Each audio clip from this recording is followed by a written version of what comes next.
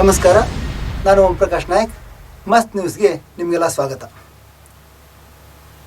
ಈಗ ಇಡೀ ಜಗತ್ತಿನಲ್ಲಿ ಒಂದು ಹಾಟ್ ಟಾಪಿಕ್ ಅಂದರೆ ಅದು ಇರಾನ್ ಮತ್ತು ಇಸ್ರೇಲ್ ನಡುವಿನ ಯುದ್ಧ.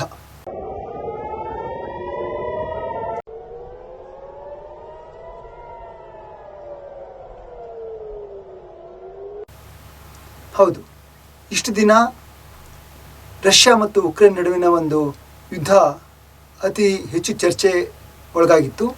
ಹಾಗೆಯೇ ಇಸ್ರೇಲ್ ಮತ್ತು ಪ್ಯಾಲೆಸ್ಟೈನ್ ಹಮಾಸ್ ನಡುವಿನ ಒಂದು ಯುದ್ಧ ಚರ್ಚೆಯಲ್ಲಿತ್ತು.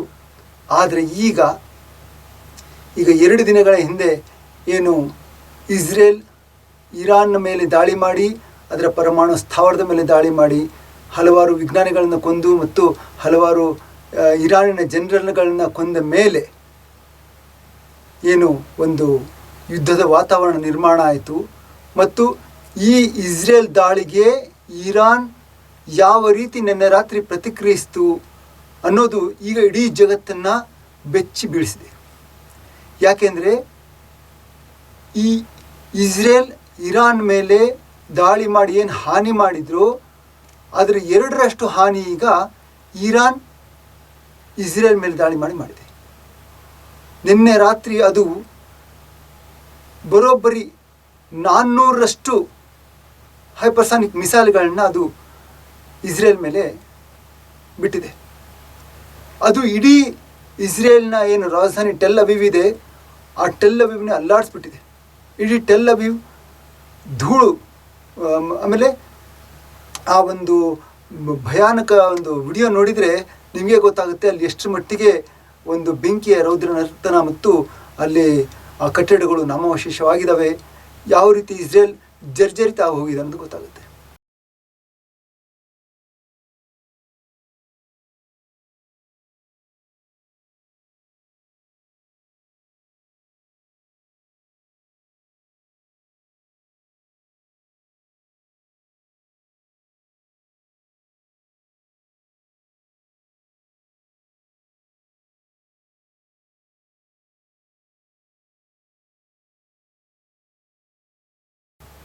ಹಾಗಾದರೆ ಇಸ್ರೇಲ್ ಮತ್ತೆ ಮರುದಾಳಿ ಮಾಡಲಿಲ್ವಾ ಇರಾನ್ ಮೇಲೆ ಅಂತ ನೋಡಿದ್ರೆ ಮರುದಾಳಿ ಮಾಡಿದೆ. ಇಲ್ಲಿ ಇರಾನ್ನ ಟೆಹರಾನ್ ಮೇಲೂ ದಾಳಿಯಾಗಿದೆ, ಅಲ್ಲೂ ಸಹ ಎಷ್ಟೋ ಹಾನಿಯಾಗಿದೆ. ಆದರೆ ಇಷ್ಟು ದಿನ ಇಸ್ರೇಲ್ ತನ್ನ ಅಕ್ಕಪಕ್ಕದ ಅದು ಪ್ಯಾಲೆಸ್ಟೈನ್ ಇರ್ಬೋದು, ಲೆಬನಾನ್ ಇರ್ಬೋದು, ಸಿರಿಯಾ ಇರ್ಬೋದು, ಒನ್ ಸೈಡೆಡ್ ದಾಳಿ ಇರ್ತಿತ್ತು. ಯಾಕಂದರೆ ಆ ಒಂದು ಚಿಕ್ಕ ಪುಟ್ಟ ದೇಶಗಳ ಮೇಲೆ ಇದು ದಾಳಿ ನಡೆಸ್ತಾ ಇತ್ತು, ಏರ್ ದಾಳಿ. ಆ ವಾಯುದಾಳಿಯಲ್ಲಿ ಅವ್ರ ಕಡೆ ಅದನ್ನು ಪ್ರತಿಬಂಧಿಸೋಕ್ಕೆ ಯಾವುದೇ ವಾಯುರಕ್ಷಣೆ ವ್ಯವಸ್ಥೆ ಇರ್ತಿರಲಿಲ್ಲ ಮತ್ತು ಪ್ರತಿ ದಾಳಿ ಮಾಡೋಕ್ಕೆ ಆ ದೇಶಗಳ ಹತ್ರ ವಿಮಾನಗಳಿರ್ತಿರಲಿಲ್ಲ, ಕ್ಷಿಪಣಿಗಳಿರ್ತಿರಲಿಲ್ಲ. ಇದ್ರೂ ಅತ್ಯಂತ ಕಳಪೆ ಮತ್ತು ಚಿಕ್ಕದಿರ್ತಿತ್ತು. ಹಾಗಾಗಿ ಇಸ್ರೇಲ್ ಇಡೀ ಮಧ್ಯಪ್ರಾಚ್ಯದಲ್ಲಿ ತನ್ನ ಒಂದು ಪ್ರಾಮುಖ್ಯತೆಯನ್ನು ಮೆರಿತಾ ಇತ್ತು. ಯಾಕೆಂದರೆ ಅದ್ರ ಹಿಂದೆ ಅಮೆರಿಕ ಇದ್ದೇ ಇದೆ. ಆದರೆ ಈಗ ಯಾವಾಗ ಮೊನ್ನೆ ಶುಕ್ರವಾರ ಇಸ್ರೇಲ್ ಇರಾನ್ ಮೇಲೆ ದಾಳಿ ಮಾಡ್ತೋ, ಅದು ಯಾವುದೇ ಪ್ರಚೋದನೆಯಲ್ಲಿ ದಾಳಿ ಮಾಡ್ತೋ, ಅದು ಈಗ ಇಸ್ರೇಲ್ಗೆ ಹಿಟ್ ಬ್ಯಾಕ್ ಆಗಿದೆ. ಇರಾನ್ ದಾಳಿಗೆ ಇಸ್ರೇಲಿಗೆ ಎಷ್ಟು ಮಟ್ಟಿಗೆ ಬೆಚ್ಚಿ ಬಿದ್ದಿದೆ ಅಂತಂದರೆ ಅಲ್ಲಿನ ಸ್ಪೋಕ್ಸ್ ಪರ್ಸನ್ ಅಂದರೆ ವಕ್ತಾರ ಈ ಒಂದು ಇರಾನ್ ದಾಳಿಯ ಬಗ್ಗೆ ಹೇಳುವಾಗ ಅವನ ಕೈ ನಡುಗ್ತಾ ಇತ್ತು. ಹಾಗೆಯೇ ಈ ಒಂದು ಯುದ್ಧ ಏನಿದೆ ಇರಾನ್ ಮತ್ತು ಇಸ್ರೇಲ್ ನಡುವಿನ ಯುದ್ಧ ಬೇಗನೆ ಮುಗಿಯಲ್ಲ, ಇದು ತುಂಬ ಎಳೆಯುತ್ತೆ ಮತ್ತು ಇದರಿಂದ ತುಂಬ ಹಾನಿಯಾಗುತ್ತೆ ಎರಡೂ ದೇಶಗಳೇ ಅನ್ನೋದನ್ನು ಸ್ವತಃ ನೆತನ್ಯಾಹುನು ಕೂಡ ಒಪ್ಕೊಂಡಿದೆ.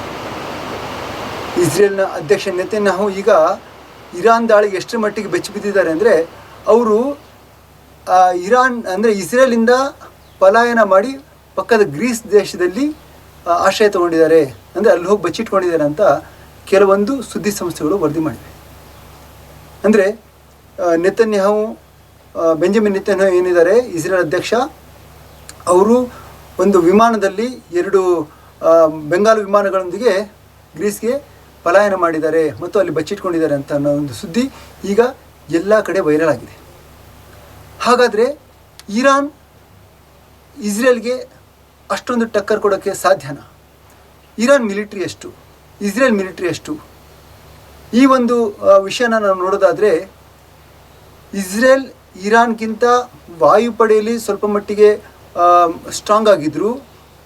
ಬೇರೆ ಎಲ್ಲ ಅಂದರೆ ಒಂದು ಕಾಲ್ದಳದೇ ಇರ್ಬೋದು ಅಥವಾ ಇನ್ನೊಂದಿರ್ಬೋದು, ಅದು ಟ್ಯಾಂಕ್ ಇರಬಹುದು, ಎಲ್ಲದರಲ್ಲೂ ಇಸ್ರೇಲ್ಗಿಂತ ಇರಾನ್ ಹತ್ರ ಹೆಚ್ಚಿನ ಸಂಖ್ಯೆಯಲ್ಲಿ ಬಲ ಇದೆ. ಇರಾನ್ ಹತ್ರ 10 ಲಕ್ಷದಷ್ಟು ಸೈನ್ಯ ಬಲ ಇದ್ದರೆ ಇಸ್ರೇಲ್ ಹತ್ರ ಇರೋದು ರಿಸರ್ವ್ ಪಡೆಯನ್ನು ಸೇರಿಸ್ಕೊಂಡು 5 ಲಕ್ಷ. ಅಂದರೆ ಅರ್ಧಕ್ಕರ್ಧ ಅಷ್ಟು ಹೆಚ್ಚು ಇರಾನ್ ಹತ್ರ ಇದೆ.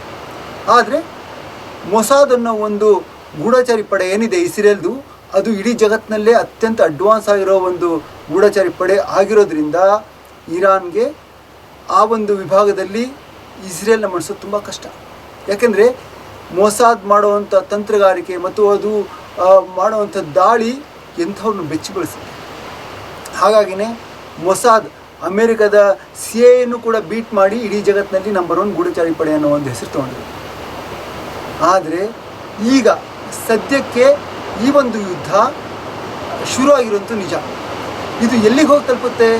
ಒಂದು ವೇಳೆ ಇದಕ್ಕೇನಾದರೂ ಅಂದರೆ ಇರಾನ್ಗೆ ರಷ್ಯಾ ಸಪೋರ್ಟ್ ಕೊಟ್ಬಿಟ್ಟು, ರಷ್ಯಾಗೆ ಚೀನಾ ಸಪೋರ್ಟ್ ಕೊಟ್ಬಿಟ್ಟು ಈ ಥರ ಏನಾದರೂ ಒಂದು ಗುಂಪು ಮಾಡ್ಕೊಂಡ್ಬಿಟ್ರೆ, ಈ ಕಡೆ ಇಸ್ರೇಲ್ ಪರವಾಗಿ ಅಮೆರಿಕ ಅಂತೂ ಇದ್ದೇ ಇದೆ, ಹಾಗೆಯೇ ಐರೋಪ್ಯ ಒಕ್ಕೂಟಗಳಲ್ಲಿ ಕೆಲವೊಂದು ಬ್ರಿಟನ್ ಇರ್ಬೋದು, ಜರ್ಮನಿ ಇರ್ಬೋದು, ಫ್ರಾನ್ಸ್ ಇರ್ಬೋದು, ಇವೆಲ್ಲ ಇಸ್ರೇಲ್ ಕಡೆ ನಿಂತ್ಕೊಂಡ್ಬಿಟ್ರೆ 3ನೇ ವಿಶ್ವಯುದ್ಧ ಆಗೋದು ಖಂಡಿತ. ಆದರೆ ಸದ್ಯದ ಪರಿಸ್ಥಿತಿಯಲ್ಲಿ ಈ ಒಂದು ಬೆಳವಣಿಗೆ ಅಷ್ಟು ಸುಲಭವಾಗಿ ಆಗಲ್ಲ ಅನ್ನೋದನ್ನು ಹೇಳ್ಬೋದು. ಯಾಕಂದರೆ ಯುರೋಪಿನ ಹಲವು ದೇಶಗಳು ಇಸ್ರೇಲ್ನ ನರಭೇದವನ್ನು, ಅಂದರೆ ಏನು ಪ್ಯಾಲೆಸ್ಟೈನ್ ಮೇಲೆ ಅದು ದಾಳಿ ಮಾಡಿ ಅದನ್ನು 2 ವರ್ಷಗಳಿಂದ 3 ವರ್ಷಗಳಿಂದ ಪ್ಯಾಲೆಸ್ಟೈನ್ ಲಕ್ಷಾಂತರ ಜನ ಕೊಂದಿದೆ. ಅದಕ್ಕೆ ಯುರೋಪಿಯ ಒಕ್ಕೂಟಗಳು ತುಂಬ ದೇಶಗಳು ಅದನ್ನು ವಿರೋಧ ಮಾಡ್ತಾಯಿದೆ. ಬ್ರಿಟನ್ ಅಂತೂ ಮೊನ್ನೆ ಇಸ್ರೇಲ್ನ 2 ಮಂತ್ರಿಗಳ ಮೇಲೆ ಬ್ಯಾನ್ ಕೂಡ ಮಾಡಿ, ಅಂದರೆ ಅವ್ರನ್ನ ದಿಗ್ಬಂಧನ ಹಾಕಿ ಅವರ ಒಂದು ಆಸ್ತಿನೆಲ್ಲ, ಬ್ರಿಟನ್ ಆಸ್ತಿನ ಮುಟ್ಟುಗೋಲು ಹಾಕೊಂಡಿದೆ. ಈ ಥರ ಇಸ್ರೇಲ್ ವಿರುದ್ಧ ಕೆಲವೊಂದು ಐರೋಪ್ಯ ಕಂಟ್ರಿಗಳಿದ್ದಾವೆ, ಆದರೆ ಅಮೇರಿಕ ಮಾತ್ರ ಇಸ್ರೇಲ್ಗೆ ಸಪೋರ್ಟ್ ಕೊಡ್ತಾನೆ ಇದೆ. ಇಲ್ಲಿ ಇನ್ನೊಂದು ವಿಷಯ ಏನಂದರೆ, ಇಸ್ರೇಲ್ ನಾವು ತಾನು ದಾಳಿ ಮಾಡೋದಕ್ಕೆ ಕಾರಣ ಅಲ್ಲಿ ಇರಾನ್ ಪರಮಾಣು ಅಸ್ತ್ರ ಹೊಂತಾ ಇತ್ತು, ಅದಕ್ಕಾಗಿ ನಾವು ಅದನ್ನು ತಡೆಯೋದಕ್ಕೋಸ್ಕರ ಹೀಗೆ ಮಾಡಿದ್ವಿ ಅಂತ ಹೇಳ್ತಾರೆ. ಆದರೆ ಅದೊಂದು ಸರಿಯಾದ ಕಾರಣ ಆಗೋ ಚಾನ್ಸೇ ಇಲ್ಲ. ಯಾಕಂದರೆ ಅದೇ ವಿಷಯವಾಗಿ ಅಮೇರಿಕ ಜೊತೆ ಇರಾನ್ ಮಾತುಕತೆ ನಡೆಸ್ತಾ ಇತ್ತು. ಏನು ಇರಾನ್ ಹತ್ರ ಇರೋ ಏನು ಯುರೇನಿಯಂ ಒಂದು ಧಾತು ಎಷ್ಟಿದೆ, ಎಷ್ಟು ಪ್ರಮಾಣದಲ್ಲಿ ಇರಬೇಕು, ಮತ್ತು ಯಾಕಾಗಿದೆ, ಎಲ್ಲಿ ಸಂಗ್ರಹ ಮಾಡಿದ್ದಾರೆ, ಅದು ಎಷ್ಟು ಮಟ್ಟಿಗೆ ಅಪಾಯಕಾರಿ ಅನ್ನೋದನ್ನು ವಿಶ್ವದ ಏನು ನ್ಯೂಕ್ಲಿಯರ್ ಒಂದು ಸಂಘಟನೆ ಇದೆ ಅದರ ಮುಖ್ಯಸ್ಥ ಹೋಗಿ ಅಲ್ಲಿ ನೋಡಿ ಅದ್ರ ಬಗ್ಗೆ ಮಾಹಿತಿ ಕೊಟ್ಟು ಒಂದು ಮಾತುಕತೆ ನಡೆಸ್ತಾ ಇದ್ರು ಅಮೇರಿಕ ಜೊತೆ ಇರಾನ್. ಅದು ಇನ್ನೇನು ಭಾನುವಾರ ಒಂದು ಮುಖ್ಯವಾದ ಸುತ್ತಿನ ಮಾತುಕತೆ ಇತ್ತು ಇರಾನ್ ಮತ್ತು ಅಮೇರಿಕ ನಡುವೆ, ಈ ಒಂದು ಪರಮಾಣು ಒಂದು ಇದರ ವಿಷಯವಾಗಿ. ಆ ನಡುವೆನೇ ಒಂದು ವೇಳೆ ಅದು ಪರಮಾಣು ಒಪ್ಪಂದ ಆಗಿಬಿಟ್ರೆ, ಅಮೇರಿಕ ಮತ್ತು ಇರಾನ್ ಒಂದಾಗ್ಬಿಟ್ರೆ ತನಗೆ ಪ್ರಾಬ್ಲಮ್ ಆಗುತ್ತೆ. ಮತ್ತು ಇಲ್ಲಿ ಸ್ವತಃ ಇಸ್ರೇಲ್ನಲ್ಲೇ ನೇತನ್ಯಾಹುಗೆ ತುಂಬ ವಿರೋಧ ಇದೆ. ಹಾಗೆಯೇ ಹಲವು ಐರೋಪ್ಯ ದೇಶಗಳು ಇಸ್ರೇಲ್ನ ಒಂದು ಯುದ್ಧವನ್ನು ಮತ್ತು ಅದು ಯಾವ ರೀತಿ ಯುದ್ಧಾಪರಾಧ ಮಾಡ್ತಾ ಇರೋದನ್ನು ಖಂಡಿಸ್ತಾ ಇದ್ದಾರೆ. ಹಾಗಾಗಿ ನೇತನ್ಯಾಹುಗೆ ತನ್ನ ಕುರ್ಚಿಯನ್ನು ಉಳಿಸ್ಕೋಬೇಕಾಗಿತ್ತು. ಈ ಒಂದು ವಿಷಯವಾಗಿ ನೇತನ್ಯಾಹು ಏನು ಮಾಡಿದ್ರು, ಒಂದು ವೇಳೆ ಭಾನುವಾರದ ಮಾತುಕತೆ ಒಂದು ಓಕೆ ಆಗಿಬಿಟ್ರೆ ತನಗೆ ಒಂದು ಅಮೇರಿಕದಿಂದ ಸಿಗೋ ಒಂದು ಬೆಂಬಲ ಸಿಗಲಿಕ್ಕಿಲ್ಲ ಅನ್ನೋ ಒಂದು ಕಾರಣಕ್ಕೆ, ಮತ್ತು ಇಸ್ರೇಲ್ ಯುದ್ಧದಲ್ಲಿ ಮುಳುಗಿದರೆ ಎಲ್ಲರೂ ಅವರ ಒಂದು ಇದನ್ನು ಗಮನವನ್ನು ಯುದ್ಧದ ತರಿಸ್ತಾರೆ, ತನ್ನ ಕುರ್ಚಿ ಸೇಫ್ ಆಗಿರುತ್ತೆ ಒಂದೇ ಕಾರಣಕ್ಕೆ ಶುಕ್ರವಾರ ರಾತ್ರಿ ಅವರು ಇರಾನ್ ಮೇಲೆ ದಾಳಿ ಮಾಡಿದ್ದು, ಮತ್ತು ಅಷ್ಟು ಭಯಾನಕವಾಗಿ ದಾಳಿ ಮಾಡಿದ್ದು. ಯಾಕೆಂದರೆ ಅಮೇರಿಕ ಜೊತೆ ಮಾತುಕತೆ ನಡೆಸುವಾಗ ದಾಳಿ ಮಾಡುವಂಥ ಯಾವುದೇ ಒಂದು ಬೇಕೇ ಆಗಿರಲಿಲ್ಲ, ಸಾಧ್ಯತೆ ಇರಲಿಲ್ಲ. ಹಾಗೆಯೇ ಇಸ್ರೇಲ್ ದಾಳಿ ಮಾಡಿ ಅಷ್ಟೊಂದು ಜನನ ವಿಜ್ಞಾನಿಗಳನ್ನ ಮತ್ತು ಸೇನಾಧಿಕಾರಿಗಳನ್ನು ಕೊಂದ ಮೇಲೆ ಅಮೇರಿಕ ಟ್ರಂಪ್ ಏನು ಅನ್ಕೊಂಡ್ಬಿಟ್ರು, ಇನ್ನೇನು ಇಸ್ರೇಲ್ ಅಂದರೆ ಇರಾನ್ ಸರೆಂಡ್ರೆ ಆಗಿಬಿಡುತ್ತೆ, ಇರಾನ್ಗೆ ತುಂಬ ಲಾಸ್ ಆಗಿಬಿಟ್ಟಿದೆ, ಅದರ ಎಲ್ಲ ಶಕ್ತಿ ಹೊರಟೋಯ್ತು ಅಂತ ಅಂದ್ಬಿಟ್ಟು ಈಗ ಇಸ್ರೇಲ್ ದಾಳಿಯಿಂದ ಇರಾನ್ ಸ್ವಲ್ಪ ಮಾತ್ರ ಇದಾಗಿದೆ, ಅದು ಸಂಪೂರ್ಣ ಸರ್ವನಾಶ ಆಗೋ ಮುಂಚೆ ನಾವು ಬಂದು ಸರೆಂಡರ್ ಆಗಲಿ, ನಾವು ಹೇಳ್ದಂಗೆ ಕೇಳಿ ಅಂತ ಹೇಳಿ.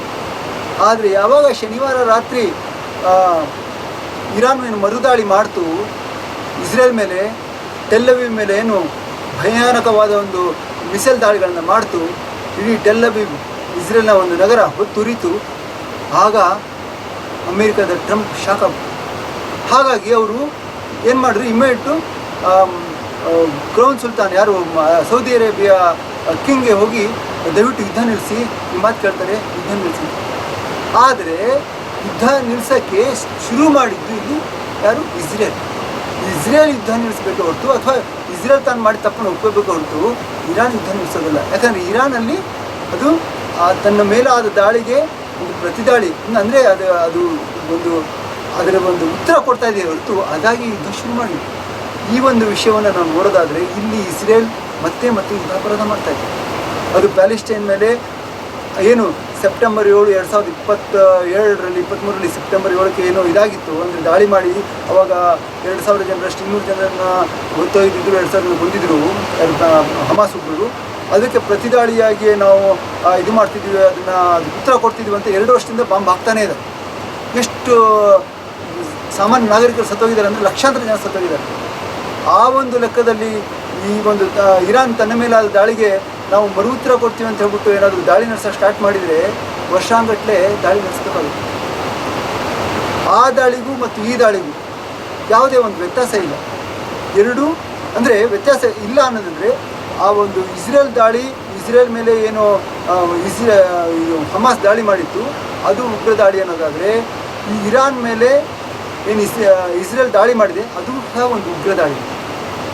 ಇಡೀ ಪ್ರಪಂಚದಲ್ಲಿ ಈಗ ನಂಬರ್ 1 ಉಗ್ರ ಸ್ಥಾನದಲ್ಲಿರೋದು, ಅಂದರೆ ಅತ್ಯಂತ ಹಿಂಸೆಯಲ್ಲಿ ಬರ್ಬರವಾಗಿ ನರಮೇಧವನ್ನು ಮಾಡ್ತಾ ಇರೋ ದೇಶ ಅಂತಂದರೆ ಅದು ಇಸ್ರೇಲ್ ಮತ್ತು ಅದರ ಅಧಿಪತಿ ಬೆಂಜಮಿನ್ ನೆತನ್ಯಾಹು.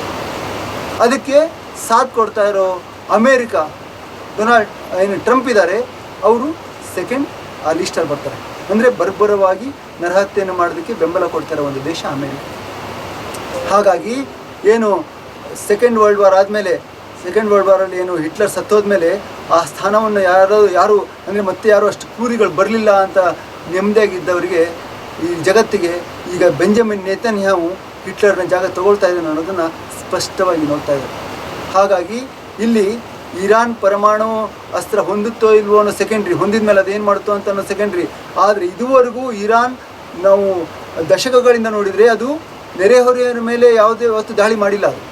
ಅದು ತನ್ನ ದೇಶದೊಳಗಡೆ ಕೆಲವೊಂದು ವಿಪ್ಲವಗಳಾಗಿ ಆ ದೇಶಗಳಲ್ಲಿ ಅದಕ್ಕೆ ಬೇಕಾದಂಥ ಆಡಳಿತ ಮಾಡ್ಕೊಳ್ತಿರೋದು ಹೊರತು ಅದು ಬೇರೆ ದೇಶಗಳ ಮೇಲೆ ತಾನಾಗಿ ಅಪ್ರೋಚಿತ ದಾಳಿ ಮಾಡಿಲ್ಲ. ಆದರೆ ಇಸ್ರೇಲ್ ಹಾಗಲ್ಲ, ಅದು ತನ್ನ ಸುತ್ತಮುತ್ತಲಿನ ಎಲ್ಲ ಯಮನ್ನಿಂದ ಹಿಡಿದು ಸಿರಿಯಾ, ಈಜಿಪ್ಟ್, ಇರಾನ್ ಎಲ್ಲದರ ಮೇಲೂ ಅವರು ದಾಳಿ ಮಾಡಿದ್ದಾರೆ. ಎಲ್ಲರನ್ನೂ ಅವರು ಬಗ್ಬಿಡಿದ್ದಾರೆ. ಯಾಕಂದರೆ ಅವ್ರ ಹತ್ರ ಆ ಒಂದು ಪವರ್ ಇದೆ, ಅಂದರೆ ಅಷ್ಟು ಸೈನ್ಯ ಬಲ ಅವ್ರ ಹತ್ರ ಇದೆ. ಅದು ಏರ್ಫೋರ್ಸ್ ಇರ್ಬೋದು ಅಥವಾ ಇನ್ನೊಂದಿರ್ಬೋದು. ಅದನ್ನೇ ಗುರಿಯಾಯಿಸ್ಕೊಂಡು ಅವರು ಈ ಥರ ಒಂದು ತನ್ನ ಬಿಟ್ಟರೆ ಇಲ್ಲ ಅಂತ ಅವರು ಒಂದು ಮೆರಿತಾ ಇದ್ದಾರೆ. ಆದರೆ ಈಗ ಇರಾನ್ನ ಒಂದು ಉತ್ತರದಿಂದ ಇಡೀ ಇಸ್ರೇಲ್ ತತ್ತರಿಸಿ ಹೋಗಿದೆ. ಈಗ ಅಮೇರಿಕ ಏನು ಮಾಡುತ್ತೆ, ಇಸ್ರೇಲ್ ಯಾವ ಥರ ನಡೆಯುತ್ತೆ, ಇರಾನ್ ತನ್ನ ದಾಳಿಯನ್ನು ಮುಂದುವರಿಸುತ್ತಾ, ಈಗ ಇಸ್ರೇಲ್ ದಾಳಿ ಇರಾನ್ನಲ್ಲೂ ಮತ್ತೆ ಹಾನಿ ಆಗ್ತಾ ಇದೆ. ಹಾಗೆ 2 ದೇಶ ಮುಂದೆ ಏನು ಮಾಡ್ತಾ ಇದೆ ಅನ್ನೋದನ್ನು ನಾವು ಕಾದು ನೋಡಬೇಕಾಗುತ್ತೆ.